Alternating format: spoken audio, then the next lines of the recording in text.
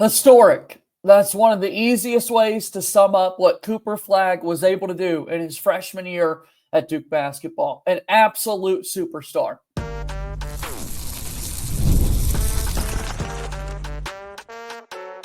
You are Locked On Blue Devils, your daily podcast on the Duke Blue Devils. Part of the Locked On Podcast Network, your team every day. Hello, everybody. Welcome into another episode of the Locked On Blue Devils podcast. My name is JJ Jackson. Thanks so much for being here with us today on Tuesday, May 13th, 2025. Locked On Blue Devils is your one-stop shop, a daily podcast devoted to everything going on in the life of Duke athletics. We talk a whole lot about Duke men's basketball, and so excited to have you here with us on our journey today. We're going to talk about Cooper Flagg as we continue our kind of player season review. Fresh off the NBA draft lottery last night that somehow, some way saw the Dallas Mavericks winning the Cooper Flagg sweepstakes. We got to talk about the amazing freshman season that he had, and who better to join us for that conversation than our good friend Conor O'Neill from Devils Illustrated. Excited to have him on the show with us here today. If you haven't done so already, please be sure to follow and subscribe to Locked On Blue Devils for free wherever it is that you get your podcast. Go ahead and leave us a 5-star rating and written review. You can watch our show each and every day on YouTube as well. Make sure that you subscribe to our YouTube channel, like these videos, share it with your friends. Want to give a major shout out as well to all of our everydayers. Thanks so much for making us a part of your daily routine each and every day. So without further ado, Conor O'Neill is here with us. We're talking all things Cooper Flagg here on the program today. Conor, I hope you're doing well, man, and excited to talk a little Cooper Flagg's freshman year for Duke, because boy, oh boy, we've been struggling sometimes to find words to describe just how good it was, my man. Yeah, it was. Here I am struggling for words. No, it was historic. You nailed that part of it. I've never seen a player who was able to affect the game in as many ways and as well as Cooper was. That's why I've kind of landed on calling him the best college player I've ever seen. That's high. I mean, I'm not an old head by any stretch, but I am 35. I've been watching college basketball for a long time, and it's just the totality of his game is what puts him atop the list for me. Yeah, it's been really fun to watch him throughout the course of the year get better in different facets of his game, as we've been doing with these kind of review series. Let's take a look at some of the numbers that stand out, where he was coming into Duke, and then we'll highlight some great games that he had throughout the course of the season and these next steps coming up for folks to look forward to throughout today's show. And with Cooper Flagg, that kind of sets the tone for the conversation, is that, you know, you go into this basketball season, and in so many ways, he was already known, a big-time name in the recruiting circles. We can go back a few seasons ago when Duke gets heavily involved in his recruitment and tries to ultimately land a commitment from him. And then all of a sudden, in a class with Cam Boozer, Cooper Flagg, fresh off a Peach Jam, decides to make a decision to reclass and jump up a grade to be ready to come into this year's group. Yeah, that's kind of the origin story for me, at least, was, there's two bona fide superstar prospects that we first learned about in the 25 class with Cooper and Cam Boozer. Obviously, the Boozer connection to Duke is strong. Cooper said something early when he was first getting discovered about growing up a Duke fan. And he spent the last 2-ish years that he was a recruit trying to distance himself from that so that he would actually be recruited, because a player of his caliber, when he says that, I think it did kind of limit the teams that actually pursued him, because if Duke is going to be involved, and if he leans heavily to Duke early, then you can't compete sometimes. What's the point of sinking resources into a recruitment like that? That's one of the reasons why it was so interesting that UConn got as far as they did, that Dan Hurley was able to get him in for a visit and kind of run the mile with him, so to speak. But you have those two guys, obviously, the Duke connections are there, and they play the same position. And you're looking at it and it's like, okay, you can tell me all you want about how Duke plays positionless basketball, but they're both alphas. They're both going to have the entire system run through them when they're in college. They're both only going to be in college for one season. How's it going to work? That was the main question there for maybe a year or two, honestly. If both of them were to stay in the same class, like, does Duke have to pick which one? Like, does Duke put an offer out to both and say, whoever commits first? That happens in recruiting a lot when you have two players at the same position that you want both of them badly, and you can only take one of them. So the reclass alleviated all those. It was like a magic wand just got waved over the entire situation. It was like, okay, there you go. Yeah. Cooper Flagg in a year early because he has a December 21st birthday and he's eligible to be in the NBA draft the following season. And then Duke can bring in Cam Boozer, which is exactly how it is playing out. We're in the middle of it right now.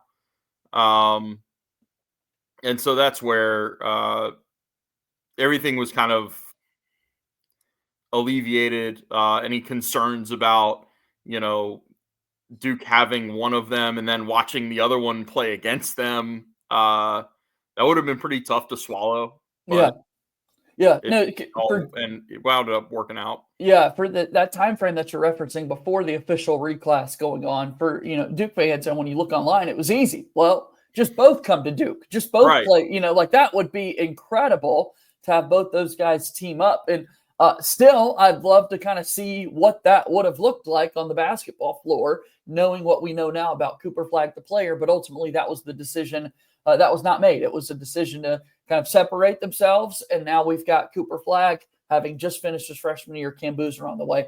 More on Flagg, though, as he's getting set to take on the role of a college basketball superstar. Rather unprecedented sequence leading up to it before we ever get him to play a college basketball game. It's the summer of Cooper Flagg as he's headed out to Las Vegas to compete with Team USA ahead of the Paris Olympics. And just not any Team USA, a Team USA that ultimately decided we're going to have Steph Curry play in the Olympics for the first time ever in his career. LeBron James, after missing the prior Olympics, is going to return. Kevin Durant's going to – all these superstars are going to be a part of the festivities. And here's this young Cooper Flagg who's a part of the week as well. Kind of funny to think about now, given last night's events, that one of the main plays that always flashes into my head when I think about his Vegas scrimmages was him sticking a three-pointer in Anthony Davis's eye. It was on like a pick and roll or pick and roll. It was some kind of screen where Anthony Davis got switched on to Cooper and he sticks a three in it. And it's like, oh my God, he's hitting threes over Anthony Davis. This is ridiculous. To now be teammates. Yeah. that took it to a whole nother level. That's when we started getting the sense of like, oh my God, the media around Duke this year is going to rival that of when Zion was at Duke, which honestly, it never did. It never rose to that occasion because Cooper was not the transcendent force that Zion was. It was more of a phenomenon with Zion. Like, how does somebody that size move the way he does and do the things he does? Right. Cooper, I tried to say this in a column in like January. He was much more of a ball knowers superstar. Like the average fan who looks at a box score and sees, oh, he had 17 points, 5 rebounds, 3 assists, 2 blocks. Like, what's so special about that? But when you watch the game and when you actually understand what you're watching, you understand the level of impact goes so far beyond the stats. That's to get back to the Vegas stuff and the summer stuff. And that's when it really hit a fever pitch of, oh my God, I mean, this is going to be we get these freshmen. It feels like, every 5 or 6 years we get a freshman in college basketball who is the best player in college basketball. And that was Cooper this year. It was really fun to watch. It was a Cooper Flagg-led Duke team that goes all the way to the Final Four, ACC tournament, and regular season champions. And Cooper Flagg was dominant throughout the course of the entire season. Statistically, he was eye-popping. He was off the charts, all of those things. We'll dive into some of the numbers and a little bit more after we take our first break here on today's episode of Locked On Blue Devils. Locked On Blue Devils here today is brought to you by our friends over at Monarch Money. Do you ever check your bank account and wonder, where did all my money go? Between dining out, online shopping, and entertainment, it's easy to lose track. That's where Monarch Money comes in. Your personal CFO, giving you a full visibility and control over your finances. Monarch Money isn't just a budgeting app. It's a complete financial command center. You can track all your accounts, investments, and spending in one place. So you stop just managing your money and start building wealth. When I started using Monarch Money, I realized just how much I was spending on food delivery. Now I'm able to budget smarter and save more. I love this app. It's so helpful for me as managing money is smoother than ever. I can track shared accounts and set goals with family and stay on the same page without the stress. Take control of your finances with Monarch Money. Use code LOCKEDONCollege at monarchmoney.com for 50% off your first year. That's monarchmoney.com, code LOCKEDONCollege for half off your first year. Monarch Money is a proud sponsor of Locked On Blue Devils.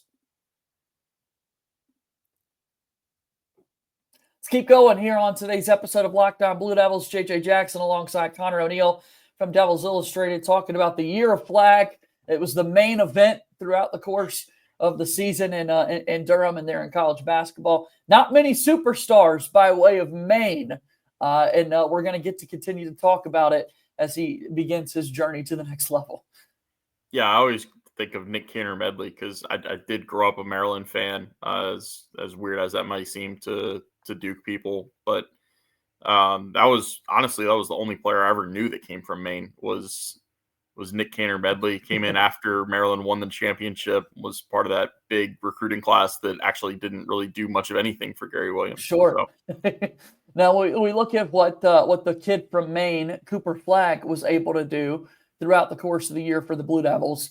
Finished with 19.2 points per game, 7.5 rebounds, 4.2 assists, the blocks and steals. He led Duke in all the offensive and defensive categories that you could for a season. I mean, just crazy, crazy numbers that he was able to put up this year. Yeah, it is incredible to think about. You try to think about the players that even have the ability to lead their team in those numbers, and then there's always there'll be one shot blocker who actually leads like a rim protector that happens to have the edge in that, or some guard gets it and steals. He just, like I said at the open, I mean, he affects the game in every single way. He has a hand in so many plays. His gravity to the game, and the way he affects it is just, it's something I don't know if I'll ever see it again in a college basketball player. I hope so, but I don't know if I ever will because it was just that all encompassing. You look at his numbers, again, we can see some of them on the screen there, but we'll add in the 1.4 steals, 1.4 blocks, 48% shooting from the floor, 38.5% shooting from three-point range, and 84% free throw shooter. Really efficient with what he was able to do. And kind of looking at him, we talked about what it was like in Vegas leading up to the season. Talking Maine specifically, that was the very first game officially that Duke had to open up the regular season, was against his home state. And then you've got the Champions Classic showdown against Kentucky and Kansas. We see Cooper Flagg with some costly turnovers late. He was dealing with the cramps. So there were a couple of moments late that kind of defined his season. And yet in all of those games, he still had really good numbers.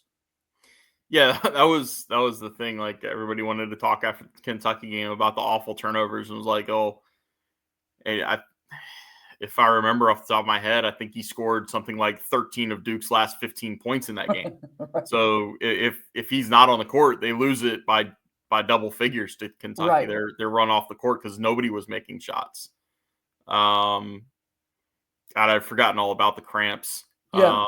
I think we might as well just think back to Paolo Banchero dealing with them. Did somebody else on that team deal with them too, or was it just Paolo? I can't remember. Now that we're saying it, I remember somebody. I can't remember who it was, but I do remember there being another guy. Yeah, and this year, Kaman was dealing with cramp issues early in the season too. I I think as long as Duke is going to bring in freshmen, you're going to bank on every once in a while one of these freshmen early in a season is going to deal with cramping issues because they're freshmen and they don't understand to play a college basketball game. You got to hydrate all day. You can't just hydrate in the 2 to 3 hours leading up to the game and during the game.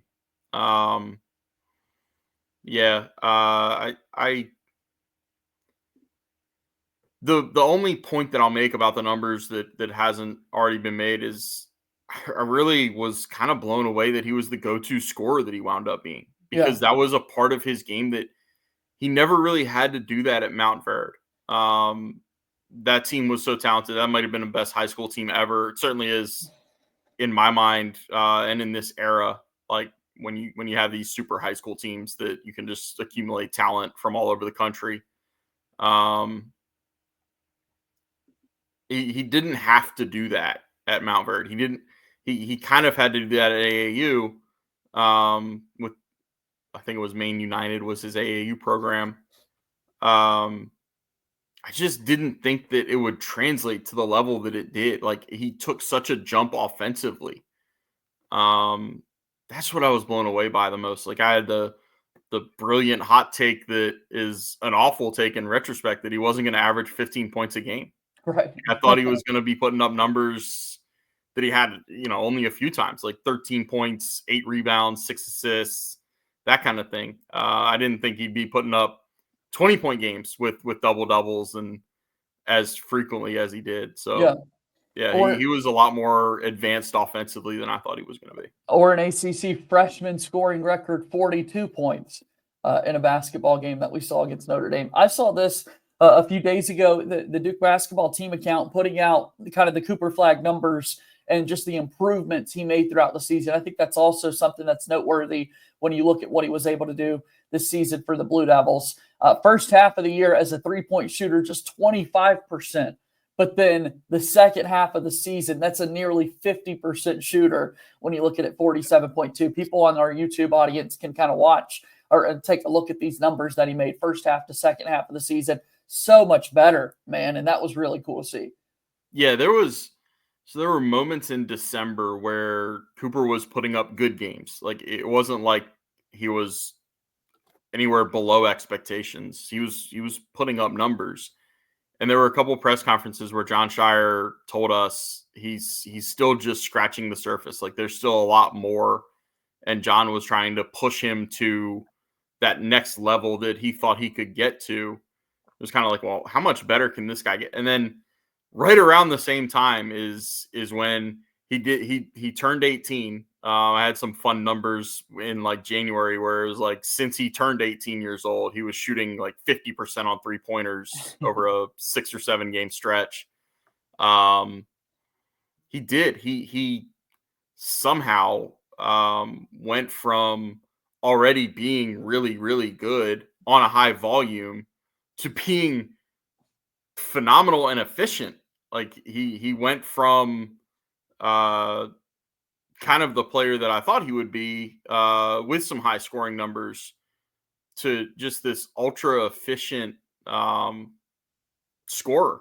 Yeah, and he kept taking more shots, as we could see here, like the attempts and everything when he got more comfortable. So it was just easy to find more looks for him throughout the course of the year. And that also improved his ability to set it up. Like, he just felt like the type of player that once he saw his own shot fall, he knows that he's going to be able to get his other teammates involved.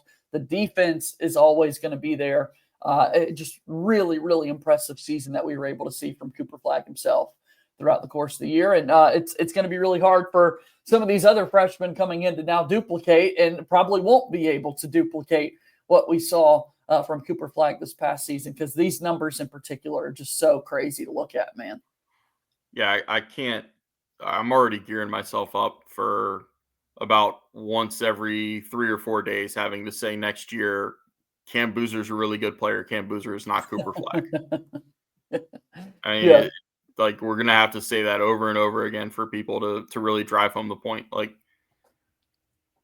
it's such a high bar. It's going to be unfair to compare the two. Good on Cooper Flagg for making it such a high bar. Freshman of the year in the conference, player of the year in the conference, player of the year in the sport. Just truly unbelievable and likely on his way to being the number one overall pick. With that in mind, we'll take our final break, and then I do want to talk about what these kind of next steps look like for Cooper Flagg himself as you are watching Locked On Blue Devils here today. Yes, Locked On Blue Devils is brought to you by our friends over at FanDuel. The the NBA playoffs are in full swing, and every night delivers highlight-worthy performances, major momentum shifts, and can't-miss moments. Whether it's a game-winning shot or a breakout player, it's never been a better time to get in on the action. FanDuel makes it easy to stay in the game before tip-off and live with player props, performance trends, and same-game parlays. Fans have even more ways to play than ever before. You can play smart and you can win big. You got to love all the player props. That's what I've been looking out for each and every night. And when you could see a player heating up on the court, I love to get in on the action then and back it up with the same game parlay. $200 bonus and bets if our first $5 bet hits. That's why you got to be a part of the fun with us over at FanDuel. New to FanDuel, it's the perfect time to sign up. Head to FanDuel.com and place your first $5 bet. If your bet wins, you'll get $200 in bonus bets. Make every moment more with FanDuel, the official sports betting partner of the NBA and a proud sponsor of Locked On Blue Devils. All right, here we go. We're closing up today's episode of Locked On Blue Devils with Conor O'Neill from Devils Illustrated, talking about the year of Flagg that's coming to a close in Durham. Now he's headed off to the NBA, and last night's festivities, we find out that the Dallas Mavericks win the NBA draft lottery after a year in which they make the Luka Doncic trade, and the whole basketball world is wondering what is happening there in Dallas. Somehow, some way, Cooper Flagg finds out where he's going to be playing, and I think you got to be pretty no matter where he was going to go, there was going to be success for Cooper Flagg, but maybe a bit more comfort now that he's going to be heading to Dallas. Yeah, I think there's that. I was rooting for San Antonio or Brooklyn. Brooklyn was my theory throughout the whole year because I thought the NBA would want him in a major media market. Sure. And it turns out, and full disclosure, I am a full-on conspiracy believer when it comes to the NBA lottery and thinking that they do rig it to get players where they want them to go. Sure. Maybe not every year, because every year there's not a franchise changer in this thing. Right. Or the big storylines throughout the course of the year that can add to the drama and whatnot. Yeah. I thought San Antonio would have been just freakishly awesome with him and Wemby on the court together. But yeah, Dallas makes a ton of sense. I like them being able to trot out a front court of Derek Lively, Anthony Davis, and Cooper Flagg. I don't know how anybody scores on that. Yeah. on the interior there. That's some shot blockers, man. Yeah, just ridiculous. But I'm curious. I think Jay Williams already said this morning that if he was Nico Harrison, he'd trade the pick. And look, it sounds crazy on the surface, but I push back a little bit and say I don't really understand the NBA world as much as I understand the college basketball world. And if there's a thought that Dallas can get Giannis instead and he's a better fit, then okay, fine. Like you tell me. Right. But for now, I'll act like he's going to Dallas. And yeah, I think that's with the front court they have and with Kyrie Irving, that can be a really fun team. Yeah, no, you look at what Cooper Flagg is going to be able to, the Duke connections there alone with Kyrie and Derek Lively, and then Flagg in the fold for them too. Last night during the draft lottery, I thought it was on brand for Cooper Flagg. Then after the result is over, he's brought up onto the set. They're asking him about Dallas and what that looks like. And he's such a professional already. It's unbelievable that, he wasn't going to give you any of these big answers, man, about what that was like. And I do like that because for him, let him kind of enjoy that you're only going to be drafted once, which I think was one of the big points he was making, is that he only gets to go through this process once. So why rush things? Why automatically jump into this is where I'm going? Kind of let it play out a little bit. And let's get to that night in June where the commissioner says your name and you get to walk across the stage. Yeah, that all sounded tired and a little robotic to me, but that's probably also because I heard him say that about so many things during the season. Like, it was the only time Cooper Flagg was going to be playing in Cameron for the first time, and it was the only time he was going to be playing the last home game of a season at Cameron. He did make it a point, like a lot of other Duke one and dones that are like clear come in knowing they're one and done. They do a really good job of embracing, like, I'm only going to go through this once, so I'm not going to take it for granted. I'm not going to overlook the importance of anything here. To borrow the Jeremy Roach phrase, he's not going to make it anything that it isn't. But there is some savoring that goes on there, because there's an understanding that it's only going to happen once. Cooper Flagg's only going to be at the NBA Combine once. He's only going to be at the draft lottery once, unless a team tells him to go represent them. Yeah. But yeah, I did kind of cringe though. Some of those answers are just like, he's so robotic right now. Right. He's just the PR people have gotten into his head and told him you have an image and you have to maintain your image. And yeah. We'll see. It wasn't like that throughout the whole year. No, yeah. I'm excited to see it. I'm excited to see Cooper Flagg enjoy these next couple of steps. Obviously, as the combine continues this week, we're not going to see a whole lot from Cooper Flagg because we don't need to see a whole lot. This is going to be the top pick, and I'm excited to see what he's able to do. This has been fun as we kind of go through the season reviews, and what a timely day to be discussing about Mr. Flagg and what he was able to do for Duke. Also, though, so many other things happening at Duke, and I know that you've got everything covered over there at Devils Illustrated. Connor, how can people best support you? Yeah, head over to Devils Illustrated, which is duke.rivals.com. Sign up for a premium membership, and I think it's $8.33 a month if you sign up for a year. I think it's well worth it. I'm staying plugged in on Cedric Howard and everything that happens with him.